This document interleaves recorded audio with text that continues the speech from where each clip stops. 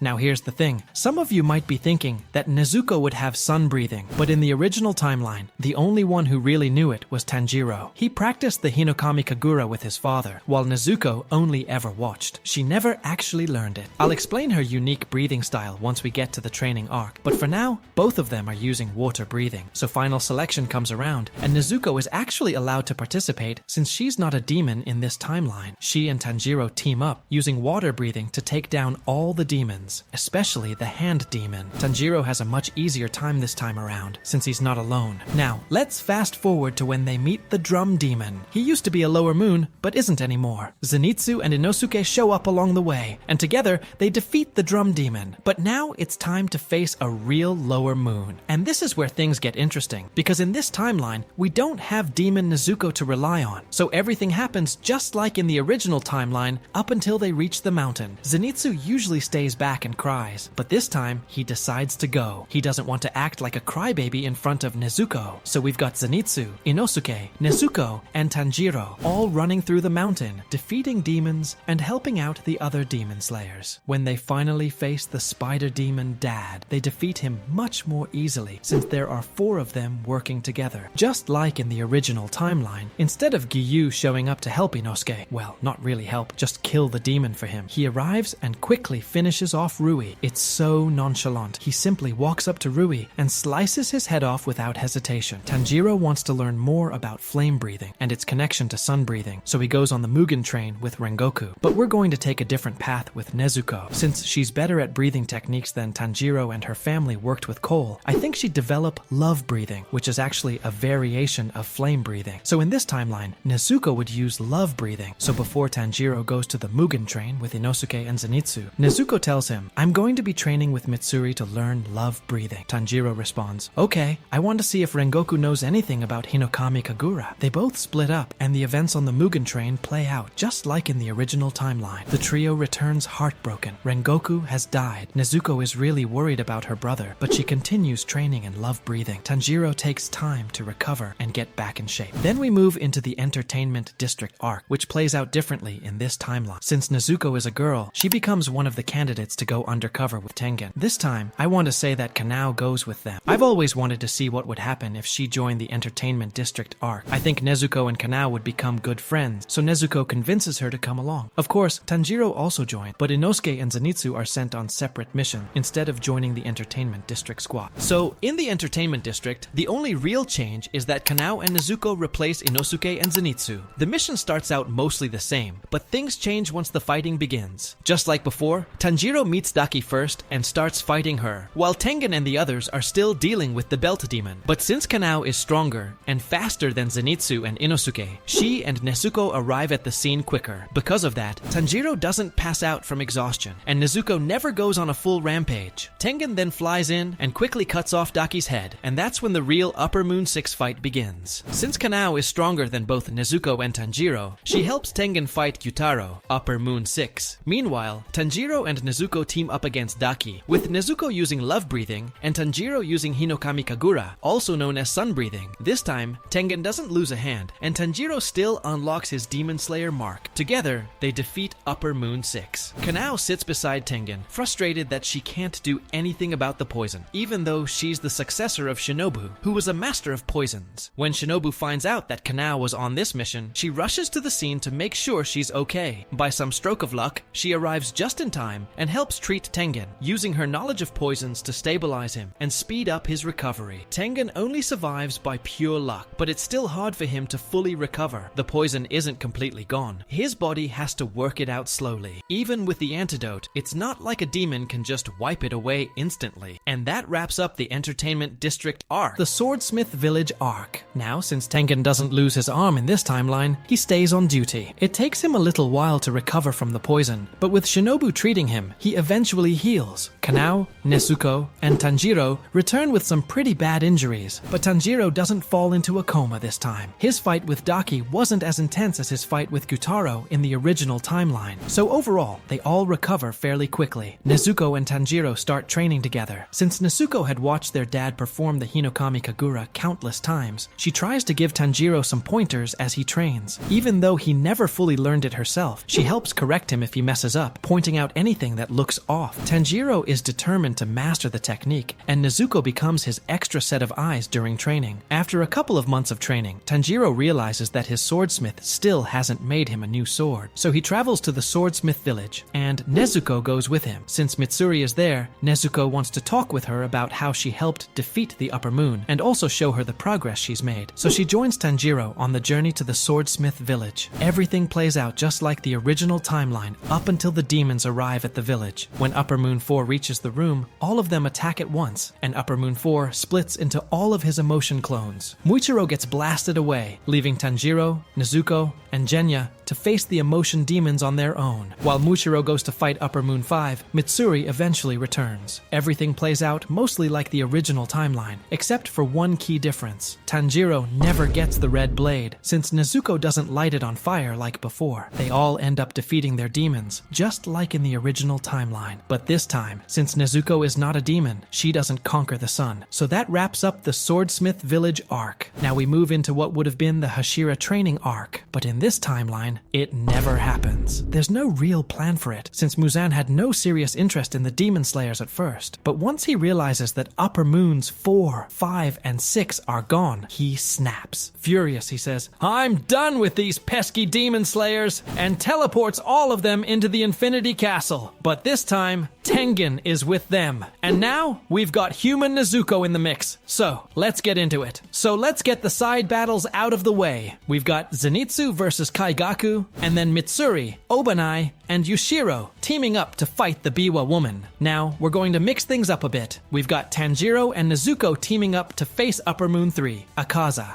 Then we've got Upper Moon 2, Doma, going up against Shinobu, Tengen, Kanao, Giyu, and Inosuke. Then we've got Upper Moon 1, Kokushibo, going up against Muichiro Tokido, Mist Hashira, Genya Shinasugawa, Sanemi Shinasugawa, Wind Hashira, and Gyome Himejima, Stone Hashira. Now let's get into the battle with Upper Moon 3, Akaza, versus Tanjiro and Nezuko. Some people in the comments might say Akaza would win this fight, especially since Giyu isn't there this time, but you guys are underestimating Tanjiro and Nezuko, because in this timeline, we've got a Tanjiro who who's trained way more in Hinokami Kagura thanks to Nezuko's help. And Nezuko, using love breathing, is much stronger too. Together, they're able to hold off Akaza long enough for Tanjiro to unlock the selfless state, erasing his killing intent and allowing him to land the final blow that takes Akaza down. Then we move on to the fight with Doma, and this time, we've got 3 Hashira involved, plus Inosuke and Kanao. With that kind of lineup, I think they take him down pretty easily. Doma might be one of the strongest upper moons, but with Shinobu's poison, Tengen's speed, Giyu being one of the strongest Hashira, and the combined power of the group, he gets completely overwhelmed. Even Shinobu herself once said it would take 3 Hashira-level fighters to bring him down, and that's exactly what they've got. And if you guys are wondering about the Upper Moon 1 fight, it basically happens the same way as in the original timeline. Muichiro and Genya still die in the battle, and they're the only 2 who lose their lives in the Infinity Castle. Now, we move into the final showdown at sunrise. This time, we've got an extra Hashira still alive, and all of them begin fighting Muzan together. Let's say that during the final battle, Gyome Himejima, Obanai, and Mitsuri end up dying. But with Nezuko there, all the remaining Hashira, and a more refined Tanjiro mastering sun breathing, they're finally able to take down Muzan, just like in the original timeline. And honestly, it's a very sad ending. The only ones who really get a happy ending are Shinobu and Giyu, who finally end up together. Everyone else's story ends in a pretty tragic way, staying close to how it played out in the original timeline, which, in my opinion, is super sad. What if Tanjiro was raised by Yoriichi? So let's get right into this. To understand how this alternate timeline begins, we first need to go over Yoriichi Tsugikuni's backstory. Yoriichi was born during the Sengoku era, the golden age of demon slayers. From birth, he was marked by the demon slayer mark and possessed godlike talent. Unlike his twin brother Michikatsu, who later became Kokushibo, Yoriichi was humble, kind, and quiet. He created the original sun breathing technique, the foundation for all other breathing styles. Yoriichi was so powerful that even Muzan Kibutsuji, the demon king himself, barely escaped with his life after their battle. No one else in history came closer to killing Muzan. But despite his strength, Yoriichi lived a tragic life. He lost his wife and unborn child to demons, was exiled by the Demon Slayer Corps, and even failed to stop his own brother from falling to darkness. He died alone, but undefeated. Now that we've covered Yoriichi's backstory, let's move on to how Tanjiro comes into play. Sumiyoshi was a kind-hearted man who lived during the Sengoku era. He befriended Yoriichi after Yoriichi left the Demon Slayer Corps. Sumiyoshi deeply admired Yoriichi and was the one who preserved the Hinokami Kagura, a dance based on sun breathing, by passing it down through his family for generations. Let's just say the baby that Sumiyoshi was holding while talking to Yoriichi was Tanjiro Kamado. Then, one fateful day, the Kamado family is attacked by demons. By the time Yoriichi returns, it's nearly too late. He manages to save what little he can, but not enough. Cradling his dear friend Sumiyoshi in his arms, Yoriichi watches him take his final breath. The only one left alive is a young Tanjiro Kamado. Yoriichi realizes that he can't just leave Tanjiro there. So young Tanjiro and Yoriichi travel together. In just a few days, Tanjiro witnesses countless demons being slain by Yoriichi right before his eyes. Then, Yoriichi begins teaching Tanjiro a breathing technique. At first, Yoriichi isn't even sure if Tanjiro can use sun breathing, so he tries training him in different breathing styles, but none of them seem to suit him. But Yoriichi gives it a try anyway, knowing that not everyone can use sun breathing. Still, he decides to test it with Tanjiro, and to his surprise, Tanjiro actually feels more in sync with it than any other style. Then, Tanjiro receives his Nichiren blade, and his sword turns black, just like Yoriichi's once did. Yoriichi sees this as a sign of potential, and believes Tanjiro may truly be capable of mastering sun breathing. Let's time skip. 14 years later, Tanjiro is now 15 years old. He can use sun breathing to its fullest potential. His sense of smell is even sharper than in the original timeline, and at this point, he's probably above Hashira level. Let's just say Yoriichi dies of old age, and Muzan and Kokushibo learn of his death. By then, Tanjiro is around 17 years old. He sets out on his own and joins the Demon Slayer Corps. Now Tanjiro instantly becomes a Hashira because he's absolutely the strongest. He has the transparent world, the flawless state, the Demon Slayer mark, a red Nichiren blade, and he uses one of the most powerful breathing styles in the show. After Yoriichi's death, Muzan and Kokushibo decide to wipe out all the Demon Slayers at once. Let's say that all the Hashira from the original timeline remain Hashira now, and all the Upper Moons from the original timeline are still the Upper Moons. In fact, most of the Upper Moons were already alive back then. Kokushibo and Muzan launch a brutal attack on the Demon Slayers. Real quick, guys, I don't want to be annoying, but if you want early access to my videos and shorts, the first 2 people who join get to pick what video I make next. I'm only doing this for about about 24 hours after the video goes up. You can join my channel down below. Now Muzan attacks, pulling every single Demon Slayer into the Infinity Castle. Now all 6 Upper Moons are still alive, but we've still got all the Hashira, so let's get into this fight. Now let's go over which Upper Moon and which Hashira are going to face each other. Daki and Gyutaro versus Tengen Uzui and Kyojuro Rengoku. Gyoko versus Muichiro Tokito Hantengu versus Obanai Iguro and Mitsuri Kanroji. Akaza versus Tanjiro Kamado. Doma versus Shinobu Kocho Kanao Tsuyuri and Inosuke Hashibira. Kokushibo versus Gyome Himejima Sanemi Shinazugawa. Giyu Tomioka and Genya Shinazugawa. Now let's get into all the side battles. Zenitsu versus Kaigaku. Nakime versus Yushiro. Now let's get into detail of the fights Daki and Gyutaro versus Tengen Uzui and Kyojuro Rengoku. This should be a pretty easy battle. Tengen doesn't get poisoned easily, and Rengoku is strong enough to take down Daki without much trouble. Gyoko versus Muichiro Tokito. He defeated him just like he did in the original series. Hantengu versus Obanai Iguro and Mitsuri Kanroji. This one should be pretty fun. I'd say Obanai holds out until Mitsuri finds the demon and cuts off its head. Akaza versus Tanjiro Kamado. Now, this fight is going to be way too easy for Tanjiro. Akaza goes all out from the start, but Tanjiro is just too strong. He's mastered sun breathing, unlocked the flawless state, and sees through everything with the transparent world. There's no doubt Tanjiro wins this, and he doesn't even break a sweat. Doma versus Shinobu Kocho, Kanao Tsuyuri, and Inosuke Hashibira. Now, just like in the original timeline, Doma kills Shinobu Doma, then dies from Shinobu's poison. Kokushibo versus Gyome Himejima Sanemi, Shinazugawa Giyu Tomioka, and Genya Shinazugawa. This fight should be much easier for them, since Giyu is stronger than Muichiro Tokito, so he'll be a huge help. Tanjiro would finish his fight quickly, because he's super strong, and he goes help with Upper Moon 1. There's no way Kokushibo could defeat all of them. Giyu, Gyome, Sanemi, Genya, and Tanjiro. Now we get to the Sundown Countdown arc, starting right after the Infinity Castle. This time, Muzan dies very quickly. Tanjiro, much like Yoriichi, can kill him with ease. Muzan is split into 1,700 pieces, and with all the Hashira backing Tanjiro, the fight is pretty easy. I've always wanted to give Demon Slayer a happier ending, because how it ended in the original timeline was pretty sad. So, in this version, Mitsuri and Obanai's love story plays out fully. They live a happy life together. Muichiro lives on even longer, and most of the Hashira survive. Rengoku survives, and Tengen doesn't lose his arm. Now, if you want to see what happens if Tanjiro becomes an What if 2 Hashiras was sent to the Mugen Train in Demon Slayer? When it comes to which Hashira should have been sent to the Mugen Train, Rengoku is the obvious choice. But if we're adding a second, Gyome is the only real option. No other Hashira, even teaming up with Rengoku, could defeat Akaza. Only the Stone Hashira stands a chance. The Tanjiro trio, Rengoku and Gyome, board the train and are immediately put into the dream. While Rengoku does what he did in the original timeline, choking one, Tanjiro breaks free from the dream and wakes everyone up. Gyome and Zenitsu protect the whole train, while Rengoku, Tanjiro, and Inosuke work together to fight the Lower Moon One on the train. Their combined strength easily overpowers the demon.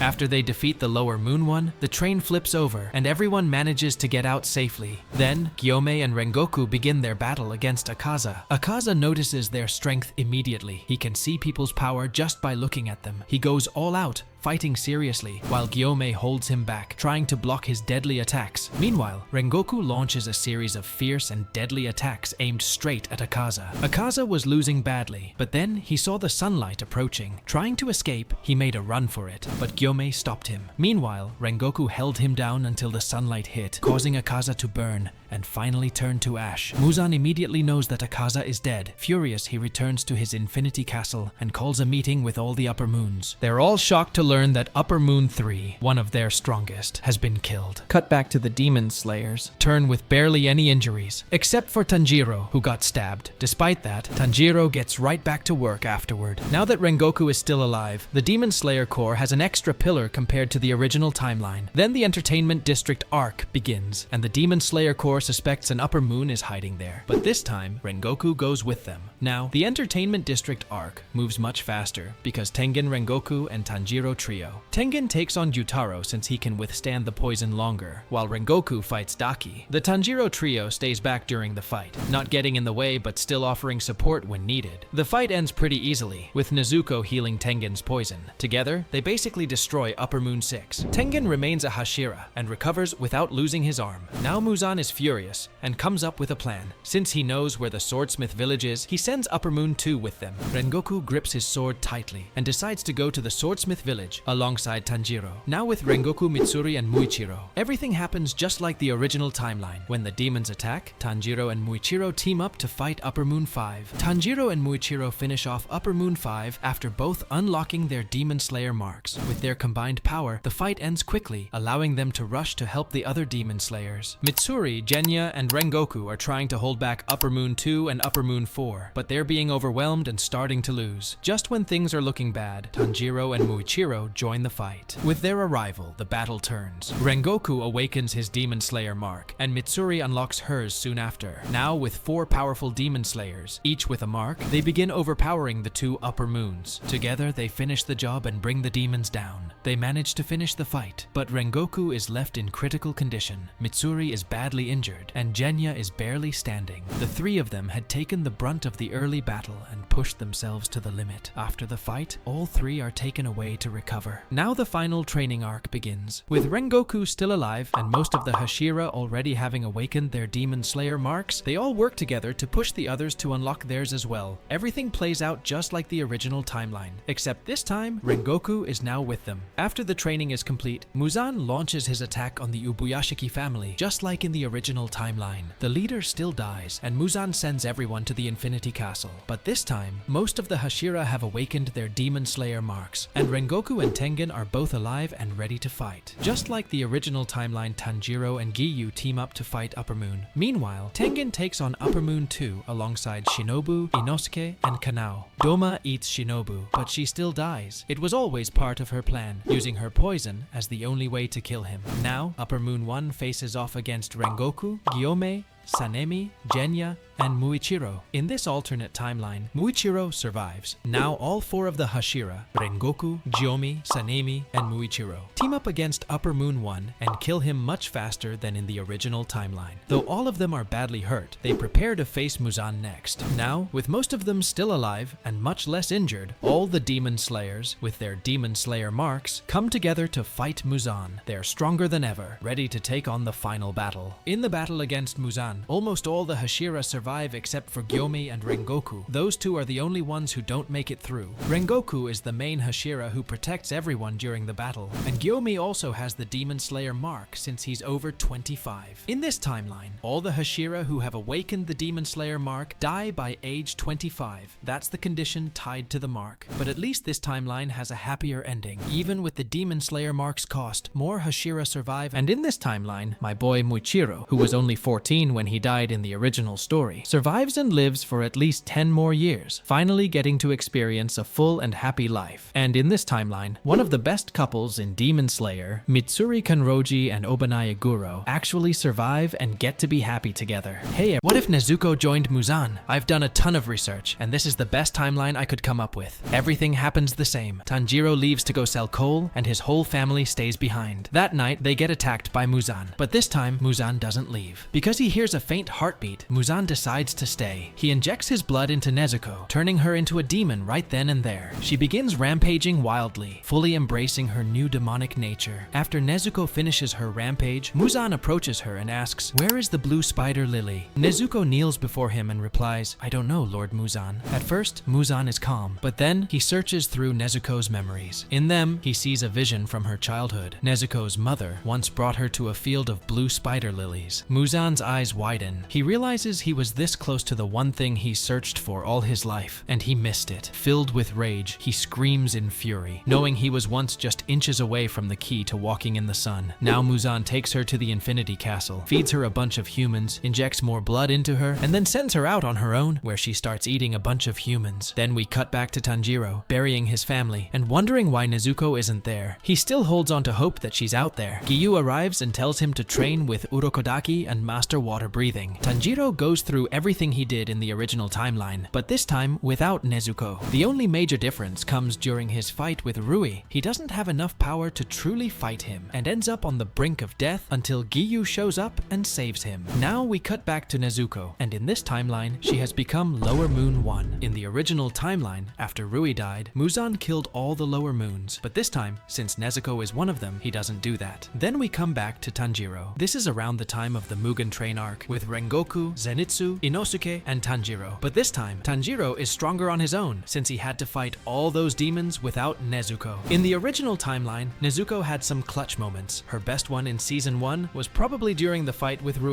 Basically, everything happens like in the original timeline, except Tanjiro is a little bit stronger and Rengoku still dies to Akaza. Well, that was a nice quick little arc. Now we move on to the Entertainment District arc with Inosuke, Zenitsu, Tanjiro, Tengen, and his wives. The only major change happens during Daki's fight with Tanjiro when his eye starts bleeding. This time, Tanjiro gets the job done and manages to kill Daki. But then her brother, Gyutaro, emerges, and now they're in even bigger trouble. Gyutaro is way stronger, and even Tengen has a hard time fighting him. So the only possible way I can see Tanjiro surviving this is if Tengen arrives earlier, along with Inosuke and Zenitsu. Then the fight starts. Daki and Gyutaro versus Tengen, Tanjiro, Inosuke, and Zenitsu. So let's say we mix things up. Tanjiro unlocks his Demon Slayer mark earlier, not later in the fight. Then Tengen unlocks his own mark as well. With both of them powered up, the battle becomes much easier, and Tengen might not even lose his arm this time. Overall, everything goes much better than in the original timeline. They finally kill Daki and Gyutaro, and this time it's much easier. Tengen never loses his arm, but he's still close to death due to Gyutaro's poison. Instead of Obanai showing up, Shinobu arrives and gives him the antidote. Tengen survives and stays as a Hashira, which is good because they're going to need him. The new Upper Moon 6 is Nezuko. Now that we're finally done with the Entertainment District, we move on to the Swordsmith Village arc with Muichiro, Genya, and Mitsuri. Now, everything happens just like in the original timeline, and then we cut to the Hashira training arc. Everything happens the same, and Tengen is still a Hashira. Then we get to the part where the master dies, and they all get thrown into the Infinity Castle. Now, we're at the Infinity Castle arc, but here's the twist. The fights are going to be different. They're going up against different Upper Moon demons. Since Nezuko is now Upper Moon 6, the matchups have changed. Let's go over that real quick. So this time, Tanjiro isn't going to get revenge on Akaza. Let's start with Upper Moon 1, Kokushibo, facing off against Obanai, Gyomei, and Sanemi. I want to keep this one the same because it's my favorite matchup in the original series. Upper Moon 2, Doma, going up against Shinobu,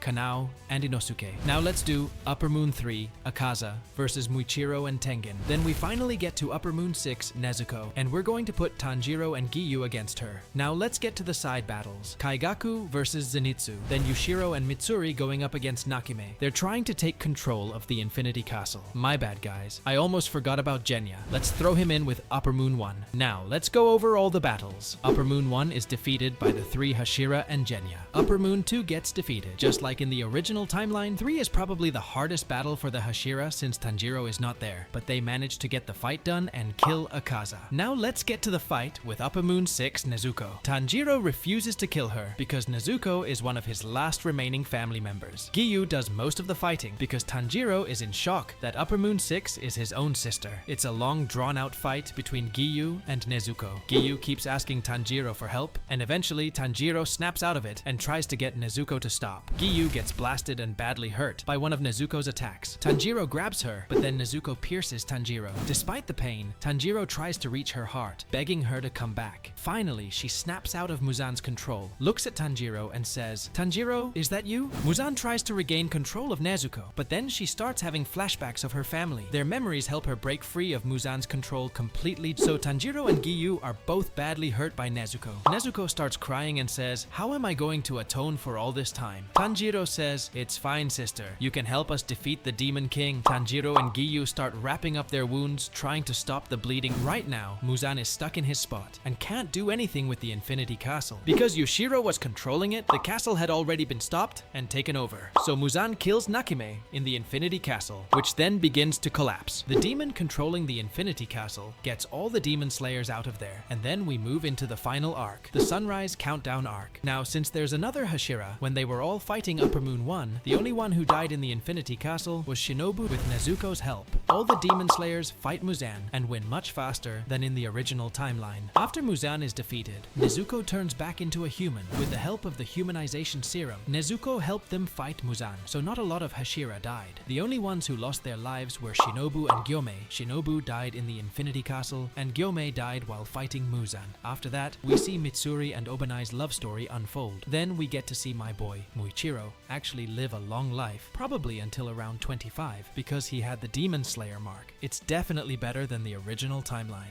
What if Yoriichi's wife wasn't killed by a demon? Let's go over his backstory first. Yoriichi Tsugikuni was born during the Sengoku era as the younger twin of Michikatsu Tsugikuni, the man who would one day become Kokushibo. In their household, twins were seen as a curse, and because Yoriichi was born with a red birthmark on his forehead, his father assumed he wouldn't live long. He was cast aside, given little attention, and meant to live in his brother's shadow. But Yoriichi was different. Even as a child, he carried an extraordinary gift, the ability to see into the transparent world, allowing him to read the flow of muscles, blood, and movement with impossible clarity. Paired with his natural strength and calm spirit, he was destined for greatness. After his mother's death, Yoriichi left home and wandered aimlessly until he met a kind girl named Uta, who, like him, had lost her family. They grew close, married, and built a peaceful life together. Yoriichi even gave up fighting, content to live quietly at her side. In the original timeline, tragedy struck when Yoriichi left home to help an old man, only to return and find Uta slain by a demon. But in this altered timeline, that chance meeting never happens. Yoriichi never encounters the old man, never leaves his wife unguarded. Instead, he returns home in time to face the demon himself, blade in hand, determined to protect the woman he loves. He fought the demon until sunrise, and this wasn't the first time we've seen someone overcome one without a Nichiren blade. Just like Gyomei, Sanemi, and even Muichiro, Yoriichi held the demon at bay without ever taking a single injury, restraining it until the morning sun reduced it to ash. 2 or 3 days later, Yoriichi finally went into town to speak with people, and there he encountered the very first flame Hashira. Yoriichi told him about the demon that had attacked his wife, how he fought it until sunrise, and how he was able to defeat it. The flame Hashira, impressed by his strength, invited Yoriichi to join the Demon Slayer Corps. Yoriichi, however, declined. He no longer wished to live as a fighter. Still, he requested a Nichiren blade, just in case another demon appeared and threatened someone else. Respecting his decision, the flame Hashira agreed and arranged for a blade to be delivered to him. This meeting makes sense in this alternate timeline, because in the original story, the flame Hashira had gone to check on Yoriichi's home only a few days after the tragedy. Here, instead of finding only loss, he meets Yoriichi himself in town. Yoriichi now spends his days peacefully with his wife and newborn child. Still, he never turns his back on his duty to protect them. Anytime a demon approaches their home or threatens the nearby town, he personally hunts it down. Word of his unmatched skill eventually reaches the Ubuyashiki family. The very first head of the clan, the leader of the Demon Slayer Corps, visits Yoriichi directly to ask him to officially join their ranks. Yoriichi once again refuses, unwilling to fully return to a life of constant battle. But he does make one promise: he will share what he's learned. Yoriichi begins teaching the other Hashira candidates his unique breathing method, the foundation that would later branch into the flame, water, thunder, wind, and many more styles. While he chooses the life of a husband and father, his knowledge becomes the seed that reshapes the Demon Slayer Corps forever. In this Ultra timeline, things change drastically. Michikatsu Tsugikuni, Kokushibo in the original story, never becomes a demon. Since Yoriichi never shows up to save him and his fellow samurai from a demon attack, Michikatsu never joins the Demon Slayer Corps or turns into a demon. Instead, he simply lives out a normal human life. Yoriichi, meanwhile, stays with his wife and child. He continues slaying any demons that come near their home or the nearby towns, but he never carries the same burden as in the original story. He grows old peacefully alongside his family, and they live a full life together. When Yoriichi and his wife eventually pass away from old age, their bloodline continues forward. Generations later, it carries all the way into the Taisho era, Tanjiro Kamado's era. Now, we shift focus to the Kamado family. Tanjiro Kamado sets out for the village to sell charcoal, leaving his family behind for the night. On the way, he's stopped by an old man who warns him about demons roaming the mountains and convinces him to stay until morning. When Tanjiro finally returns home, he's met with tragedy. His entire family has been slaughtered by demons. The only survivor is his sister, Nezuko, but she has been turned into a demon. At that moment, the water Hashira, Giyu Tomioka, appears. Giyu directs him to seek out the former water Hashira, Sakonji Urokodaki, on Mount Sagiri. There, Tanjiro will begin his training in water breathing, the first step in preparing to join the Demon Slayer Corps. Time passes, through the final selection, through training arcs, through every milestone, until we reach the Mount Natagumo arc. On this mountain, where the lower moon daemon Rui awaits, we see a strange young boy appear. He has striking red hair, red eyes, and carries an old-looking sword. His red kimono stands out against the mist of the mountain. This boy is revealed to be a direct descendant of Yoriichi Tsugikuni's bloodline, carrying not only his features, but the faint echo of his sun-breathing heritage. At the edge of the mountain, he encounters Tanjiro Kamado, Nezuko, Zenitsu, and Inosuke. At first, there's tension. The boy moves toward Nezuko with sharp intent, clearly sensing the demonic blood within her. Tanjiro and his friends stand in his way, prepared to fight if necessary. But after the confrontation, the truth becomes clear. This boy isn't an enemy. He is Yoriichi's legacy, a descendant descendant whose presence ties the old era to the new. Instead of clashing, they find common ground, and from that moment on, he becomes an ally to Tanjiro and his companions. As Tanjiro, Nezuko, and Inosuke climb Mount Natagumo, Zenitsu remains at the bottom. This time, however, they're not alone. A mysterious boy with red hair and red eyes joins them. He carries an old sword, but his movements reveal something far greater: mastery of sun breathing and the transparent world. With him in the group, the battle unfolds much faster. While Tanjiro and Inosuke struggle against the controlled demon slayers, the boy cuts through demons with flawless precision. Every step, every swing, looks like he already knows the enemy's moves before they happen. Tanjiro and Inosuke are stunned. Inosuke even tries to test him, refusing to believe anyone could outclass him so easily, but quickly realizes this stranger is on an entirely different level. When they finally reach Rui, the Lower Moon 5, the fight that nearly cost Tanjiro his life in the original story ends in moments. The boy's sun breathing overwhelms Rui's threads, and he cuts him down with ease. Just as the dust settles, Giyu Tomioka and Shinobu Kocho arrive, but instead of finding Tanjiro near death, they witness something far more shocking. A red-haired boy, clearly no ordinary demon slayer, standing victorious over a lower moon. After slaying Rui, the Lower Moon 5, the red-haired boy can barely contain himself. He jumps up and down with excitement, shouting, "I did it! I killed a lower moon! That means I get to become a Hashira, right? I finally get to be a Hashira." Just then, Giyu Tomioka steps onto the battlefield. The boy rushes over, eyes glowing, and says, "Giyu, did you see that? I just killed a lower moon demon all on my own. Doesn't this mean I can become a Hashira now? Please, you've got to tell them." But Giyu, silent as ever, doesn't give him the reaction he wants. His calm, unreadable expression leaves the boy hanging, unsure whether his achievement will really earn him the rank he's been dreaming of. His backstory: this boy isn't just another demon slayer. He comes from the bloodline of Yoriichi Tsugikuni, and his family always carried the knowledge of demons' existence. For generations, his ancestors quietly protected their village, using fragments of sun breathing passed down through the years to keep their homes safe from demons. Because of that, he grew up already knowing about the Demon Slayer Corps. Unlike most recruits, he didn't stumble into this life by accident. He chose it, determined to carry his family's legacy into the modern era. By the time he joined, he already had sun breathing, the transparent world, and years of secret training behind him. This is why he stands out so much. He didn't just meet Tanjiro, Zenitsu, and Inosuke by coincidence. He's already familiar with many Hashira, having trained alongside them and sparred to prove himself. But in his mind, killing a lower moon is the final step he needs to become one of them. Alright, let's clear something up here. Tanjiro doesn't know sun breathing, since Yoriichi never met his ancestors, so Tanjiro only uses water breathing. Now back to the story. We're at the Hashira meeting. They question why Tanjiro is traveling with a demon, and everything plays out the same as before with Sanemi and the others. But this time, after the explanation, the Hashira begin to debate. Should the red-haired boy become a Hashira? The Hashira are split. Half of them argue that he should become a Hashira, since the rule states that if you slay a lower moon, you're eligible. But the other half believe he's too immature and childish to hold such a title. Shinobu argues that the boy deserves to become a Hashira, since the rules clearly state that defeating a lower moon qualifies one for the title. She even points out that when Rengoku slew a lower moon, he was promoted to Hashira, so why should this boy be treated differently? But when the master arrives, he delivers the final decision. Despite the boy's strength, the master declares that he is still not ready, and that his immaturity makes him unfit to hold the title of Hashira, at least for now. His name is Takao. After the meeting, Tanjiro and Takao begin talking, and quickly notice something strange. They both have black blades. They wonder why their swords share the same color, something considered rare and mysterious among demon slayers. Tanjiro then asks Takao how he's able to move so quickly and fight with such precision. Takao explains that it comes from sun breathing, a technique passed down only through his family. Curious, Tanjiro asks if he can learn it. At first, Takao doubts it, saying that only his bloodline could use the style, but to his surprise, Tanjiro is actually able to grasp it. This shocks Takao. After their conversation about sun breathing, Takao begins training with Tanjiro. He admits, "I'm honestly surprised you can use it. Everyone else who's tried has failed, which is why the other breathing styles even exist in the first place. But you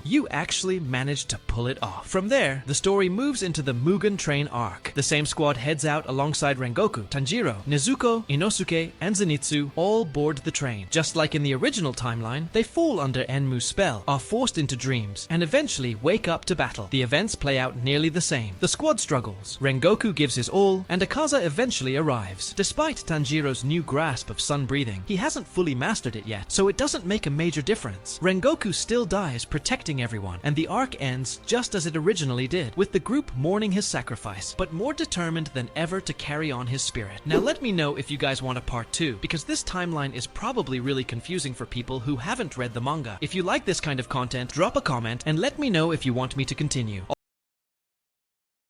What if Muichiro and Yuichiro both survived and became a demon slayer? Now let's get this video started. We're jumping right into the part where they get attacked by a demon, until the flame Hashira, Rengoku, shows up and slices the demon's head off instantly. Everyone is shocked and impressed, realizing this is a real Hashira, and that demons truly exist. From there, they decide to go train with the Ubuyashiki family. Now, as a team, Muichiro and Yuichiro both begin training together. Muichiro naturally develops his mist breathing, since it suits his movements and reflects the style he created himself. He's also more cheerful in this timeline because he never lost his memories and still has his brother by his side. Yuichiro, on the other hand, is harsher and more aggressive, so his style leans toward wind breathing, similar to Sanemi's. The only reason he's given this style is because his attacks focus heavily on raw power, matching his personality and combat approach. Once their training is complete, every mission they take on is done together, and their strength is undeniable. As descendants of the Tsugikuni family, they already have natural talent, but with both brothers pushing each other, they grow even stronger. Instead of Muichiro training alone, like in the original timeline, Yuichiro's presence drives him to constantly improve. Because of this, both brothers rise quickly and eventually achieve the rank of Hashira. Their teamwork makes them almost unstoppable, always feeding off each other's growth and skills. When the Swordsmith Village arc arrives, the two are sent there since their intense training and constant missions have caused their blades to wear down. Both brothers now need new swords forged, marking the beginning of their next big step as Hashira. When Tanjiro talks with them, Muichiro is cheerful and kind, but Yuichiro is always rude to him, acting much like Sanemi. Muichiro, however, stays patient and even apologizes for his brother's behavior. Now, moving on to the Upper Moon's arrival. Instead of Muichiro being blown away from the fight against Upper Moon 4, like in the original timeline, he and Yuichiro stay together. This time, the twins face the Upper Moon head-on, and because of their combined strength and teamwork, they prove far more capable of fighting him. This time, Muichiro and Yuichiro fight extremely well together. They push Upper Moon 4 much harder than in the original timeline, quickly cutting down all of his emotional clones until only his true body and one smaller form remain. With their combined strength, they hold him off far better than Muichiro ever did alone. In the heat of battle, both brothers unlock their Demon Slayer marks, their power spiking as they continue the fight. Around the same time, Tanjiro returns. Nezuko manages to resist the sunlight and gains her immunity, and together with the twins, they finally defeat Upper Moon 4 once and for all. Meanwhile, Mitsuri Kanroji engages Upper Moon 5, and the fight plays out much like in the original timeline. She unlocks her Demon Slayer mark, pushes herself to the limit, and manages to hold her ground against the demon. With her strength and resolve, the fight ends the same way it once did, her passion and power, proving that she's one of the strongest Hashira. From here, the story moves forward into the Hashira training arc. The Hashira training arc plays out mostly the same, but with one big difference. Tanjiro's training is paired with both brothers. Muichiro focuses on teaching him defensive techniques, while Yuichiro pushes him with a more aggressive, tactical approach in swordsmanship. This balance gives Tanjiro a sharper edge than in the original story. Meanwhile, Muzan's plan finally unfolds in full, and the Demon Slayer core is pulled straight into the Infinity Castle. And now, we enter the Infinity Castle arc. Now let's clear this up. In this timeline, Rengoku still dies during the Mugen Train arc. Tengen Uzui eventually retires. Because of that, neither of them are present when the Demon Slayers enter the Infinity Castle. First, let's go over Akaza versus Gyu and Tanjiro. That battle plays out almost the same as the original timeline. Tanjiro enters the selfless state and lands the final blow. In the end, Akaza lets himself fade away, feeling remorse and finally reuniting with the memory of his wife. Next, we move on to the fight against Doma. This battle also plays out very similarly to the original. Shinobu still sacrifices herself, Kanao fights with everything she has, and Inosuke helps finish Doma off once and for all. After finishing the battle with Upper Moon 2, things get really intense as the fight with Upper Moon 1 begins. This time, Muichiro and his brother Yuichiro arrive first to confront Kokushibo. Unlike the original timeline, where Muichiro had his hand cut off early on, the brothers managed to last much longer together. This time, Kokushibo is defeated without Muichiro dying, and without Genya dying either. Gayome's presence made a huge difference, giving them the edge needed to survive. His support allowed Muichiro to stay alive, and together they managed to bring down Upper Moon 1. Now we move to the side battles. Zenitsu faces Kaigaku, and just like in the original timeline, he successfully defeats him. Meanwhile, Nakime battles Obanai Guro and Mitsuri Kanroji inside the Infinity Infinity Castle. With their combined effort, they managed to kill her and stop the castle from collapsing under Muzan's control. With the Upper Moons finally defeated, everyone now prepares for the final showdown, the Sunrise Countdown against Muzan Kibutsuji. Now, with Muichiro and the others having their Demon Slayer marks, everything in the final battle against Muzan plays out almost exactly like in the original timeline. Tanjiro delivers the finishing blow, Muzan is defeated, and the sun finally ends his reign. The main difference in this timeline is that Muichiro doesn't die during the fight. Instead, he survives. But because of the Demon Slayer mark, his life is still cut short. Just like the others with marks, he eventually passes away at the age of 25. Gyome also survives the final battle, but he too meets the same fate at 25, as the curse of the mark claims their lives. So while the ending remains almost the same, one major change is that Muichiro lived longer, carrying his strength and legacy a bit further than in the original story. And that's the end of this timeline. If you enjoyed this breakdown and want more alternate scenarios,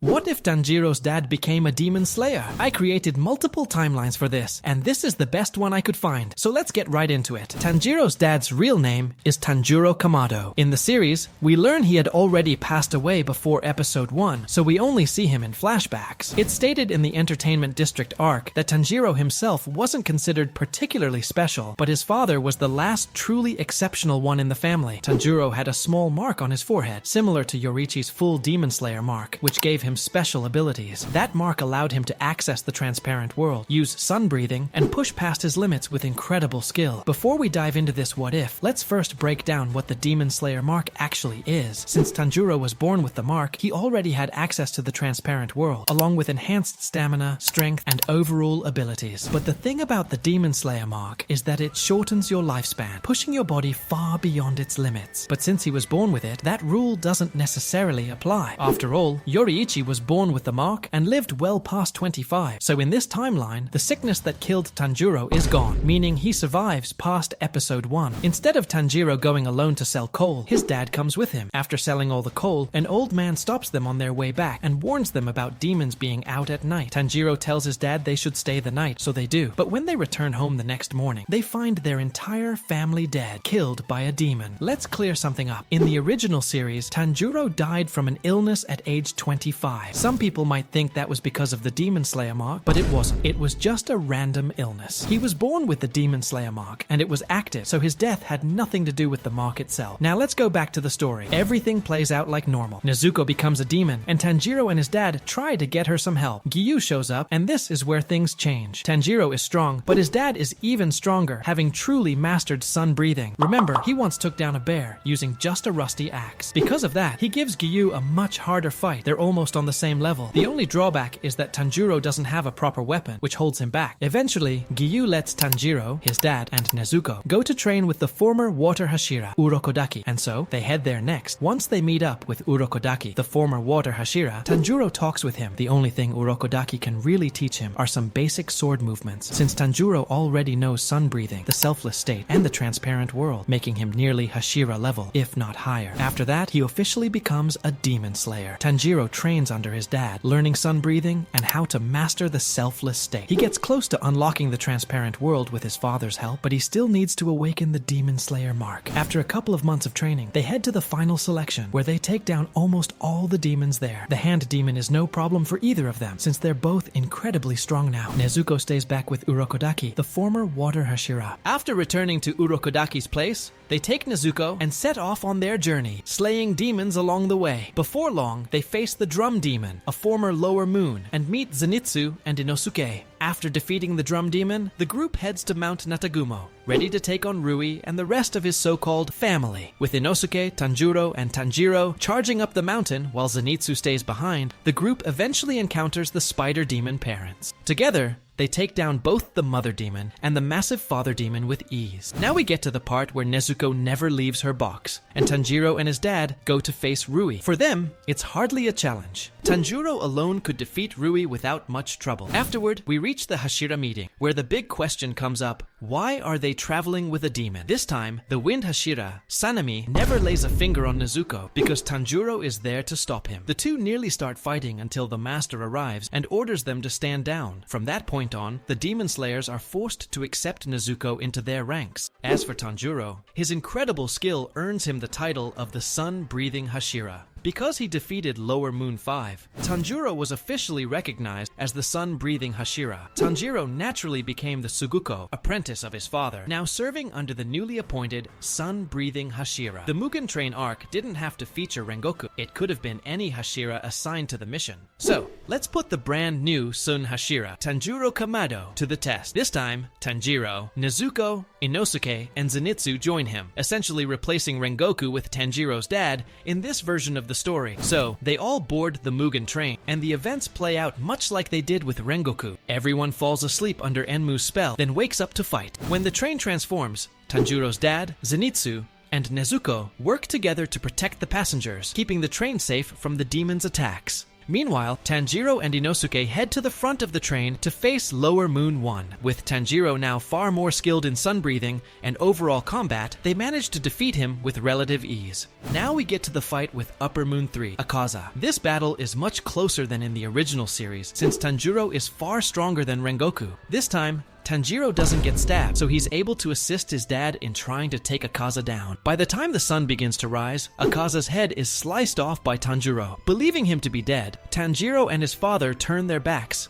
only for Akaza to reattach his head and flee into the forest to escape the sunlight. When they return from the Mugen Train, there's both good news and bad news. The good news, they managed to defeat Lower Moon 1. The bad news, they failed to kill Upper Moon 3, Akaza. Tanjiro explained that Akaza regenerated his head, something he suspected might be unique to Upper Moons. But ultimately, Akaza only ran off because the sunlight was about to hit him. Now we've got the Entertainment District arc, but this time, Tanjiro's dad is out of the picture. The key difference is that Tanjiro is now much stronger, having mastered sun breathing, nearly mastered the transparent world, and fully unlocked the selfless state. Everything plays out mostly the same, except when Tanjiro first faces Daki, he actually manages to cut off her head, causing Gyutaro to appear earlier. Tengen and the others arrive quickly, and the fight against Upper Moon 6 begins. This time, Tengen doesn't lose his arm. In the heat of the battle, Tanjiro unlocks his Demon Slayer mark, and in that intense moment, Tengen unlocks his own mark as well. After the fight, Nezuko heals Tengen, and they head off. From here, events follow the original timeline. Tanjiro ends up in a coma for 3 months, and then we move into the Swordsmith Village arc. In this version, the arc plays out almost exactly the same as in the original series, except Tanjiro is much stronger, so the battles are easier for him. Overall, the Swordsmith Village arc doesn't change much in this timeline, and now, since Nezuko has gained immunity to sunlight, they return, and this time, we get a Hashira training arc. Most of the Hashira already know about the Demon Slayer mark, so training goes smoothly. The key difference is that now, we have the Sun Hashira, Tanjiro's dad, stepping in. It plays out almost exactly the same as before, but with the added intensity of training under a Sun Hashira. Meanwhile, Muzan still forms his plan to capture Nezuko. Kagaya is killed, and the Demon Slayers are all transported into the Infinity Castle, starting the Infinity Castle arc. So for the Upper Moon, one fight in this timeline will have Tanjiro Kamado, Sun Hashira, teaming up with Gyomei Himejima, Stone Hashira, Muichiro Tokito, Mist Hashira, Sanemi Shinazugawa, Wind Hashira, and Genya Shinazugawa. For the Upper Moon 2 Doma fight in this timeline, the team would be Shinobu Kocho, Insect Hashira, Kanao, Inosuke, and Tengen Uzui Sound Hashira. That squad has both speed and poison on their side, plus some serious unpredictability with Inosuke and Kanao working together. For Upper Moon 3 Akaza, it stays the same. Tanjiro Kamado and Giyu Tomioka versus Akaza. Now, we get to the fight with Upper Moon 3 Akaza. This one basically ends the same way. Tanjiro uses the selfless state to kill Akaza. Now let's get into the Upper Moon 2 fight. In the Upper Moon 2 fight with Doma, Tengen is there, so Shinobu doesn't die. Together, with 2 Hashira, Kanao, and Inosuke, they overwhelm him. Eventually, they manage to get the job done, killing Doma, and this time, no one has to die in the process. Now we get to one of my favorite fights in this video, Kokushibo, Upper Moon 1 versus all the Hashira and Genya. But this time, this fight goes a lot easier now that Tanjiro's dad is in the mix, with Gyomei, Sanemi, and Muichiro helping out, and Tanjiro's dad being almost on Yoriichi's level. They're able to defeat Kokushibo without too much trouble. Now, for the side battles, Zenitsu versus Kaigaku doesn't last long, ending quickly in Zenitsu's victory. Nakime faces off against Mitsuri, Obanai, and Yushiro, but before the fight can truly finish, Muzan kills Nakime himself. With her gone, everyone is teleported out of the Infinity Castle, marking the start of the Sunrise Countdown arc. Muzan gets taken down much faster this time, thanks to Tanjiro and Tanjiro both fully mastering sun breathing. With their combined power, along with the other Hashira, nobody dies in this battle. Shinobu is still alive, and even Obanai survives. All of this is because of Tanjiro present. In the end, Tanjiro doesn't turn into a demon, and Muzan is finally defeated once and for all. Mitsuri and Obanai get to live long, happy lives together, finally able to be a couple without the looming threat of demons. Shinobu also survives in this timeline, and she and Giyu eventually become a couple as well, living out their days in peace. Now, if you guys guys want to see what if Nezuko became a demon slayer with Tanjiro full timeline?